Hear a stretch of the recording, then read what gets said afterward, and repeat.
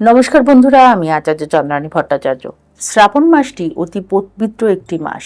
এই মাসটিতে ভগবান শিবের উপাসনা করলে পরে এবং তাকে জলাভিষেক করলে পরে এই সময়টিতে বিভিন্ন গ্রহের দোষ নাশ হয়ে থাকে এবং জীবনে সকল প্রকারের বাধা দূর হয়ে থাকে। এই সময়টিতে প্রত্যেকটা রাশির জাতক জাতিকারা বিশেষ কিছু উপাচার বা নিয়মের মধ্যে দিয়ে যদি দেবাদিদেবের মহাদেবকে পূজা করেন এবং তার উপাসনা করেন, তবে অবশ্যই আপনি আপনার জীবনে বিশেষ কিছু শুভ ফল পাবেন। মেষ রাশির জাতক জাতিকারা তাদের নিজেদের জীবনের রাগ নিয়ন্ত্রণ করার জন্য এই সময়টিতে দেবাদিদেব মহাদেবের উদ্দেশ্যে দুধ দ্বারা অভিষেক করুন।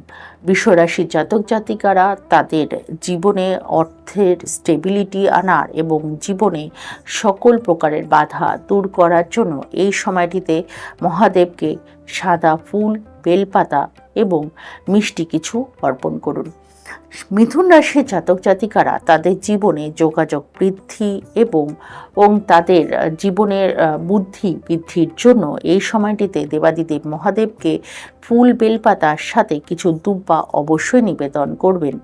কর্কট রাশির জাতক জাতিকাদের নিজেদের মানসিক শান্তির জন্য দেবাদিদেব মহাদেবের অভিষেক করার সময় অবশ্যই দুধ এবং সাদা ফুল অর্পণ করতে ভুলবেন না।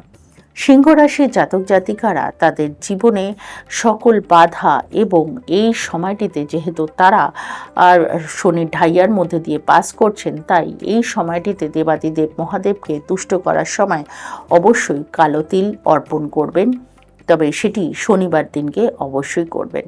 কন্যা রাশির জাতক জাতিকারা রয়েছেন, তারা এই সময়টিতে দেবাদিদেব মহাদেবকে তুষ্ট করার জন্য ও তাদের ফুল, বেলপাতা এবং দুব্বা নিবেদন করুন। এর সাথে কিছু সবুজ মুগ অবশ্যই তার উপরে অর্পণ করবেন এবং নিজের মনস্কামনা জানাবেন। এতে আপনাদের শারীরিক যে সমস্যাগুলোর মধ্যে দিয়ে আপনারা যাচ্ছেন সেই সকল সমস্যা দূর হবে এবং জীবনে বাধা দূর হবে।